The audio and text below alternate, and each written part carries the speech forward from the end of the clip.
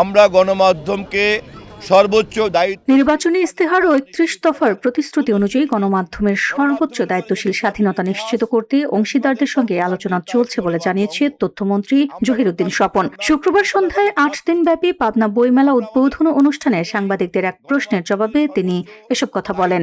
স্বাধীনতা নিশ্চিত করার জন্য সংশ্লিষ্ট সকল অংশীদারদের সঙ্গে আমরা আমাদের আলাপ আলোচনা শুরু করি। তথ্যমন্ত্রী বলেন, নির্বাচনী ইস্তেহার ও ৩১ দফার প্রতিশ্রুতি ছিল গণমাধ্যমকে সর্বোচ্চ দায়িত্বশীল স্বাধীনতা নিশ্চিত করা হবে। সেই প্রতিশ্রুতি অনুযায়ী গণমাধ্যমের সর্বোচ্চ দায়িত্বশীল স্বাধীনতা নিশ্চিত করতে সংশ্লিষ্ট সকল অংশীদারদের সঙ্গে আলাপ আলোচনা শুরু হয়েছে। সকলের সম্মিলিত আলোচনার ফলাফলের ভিত্তিতে কাঙ্ক্ষিত লক্ষ্যে পৌঁছানো সম্ভব হবে। গণমাধ্যমের উপরে যে নির্যাতনের ইতিহাস, ফ্যাসিবাদের কর্মকাণ্ডের তা একটি অনিবার্য। এ সময় মন্ত্রী আরও বলেন, গণমাধ্যমের উপর যে নির্যাতনের ইতিহাস, ফ্যাসিবাদের কর্মকাণ্ড তার একটি অনিবার্য অঙ্গ।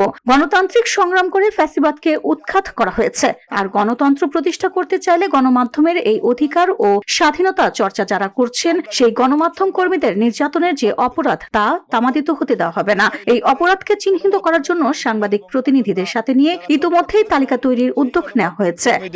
নির্যাতনের যে অপরাধ তাকে আমরা তামাদি হতে দেব না।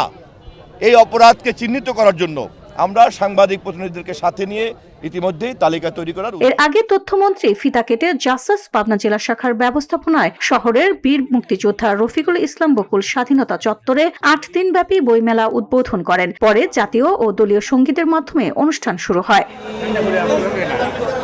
অনুষ্ঠানে প্রধান আলোচক ছিলেন পাবনা ৫ আসনের সংসদ সদস্য অ্যাডভোকেট শামসুর রহমান শিমুল বিশ্বাস। বিশেষ অতিথি ছিলেন পাবনা জেলা বিএনপির আহ্বায়ক হাবিবুর রহমান হাবিব, সদস্য সচিব অ্যাডভোকেট মাসুদ খন্দকার, পাবনা বইমেলা উদযাপন পরিষদের সদস্য সচিব ডক্টর আহমেদ মোস্তফা নোমান। সভাপতিত্ব করেন প্রধানমন্ত্রীর ফটোগ্রাফার ও জেলা জাসাস এর আহ্বায়ক খালেদ হোসেন পরাগ।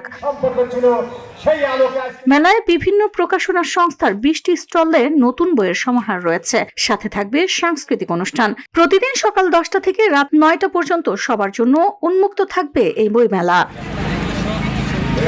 VOD Bangla news desk.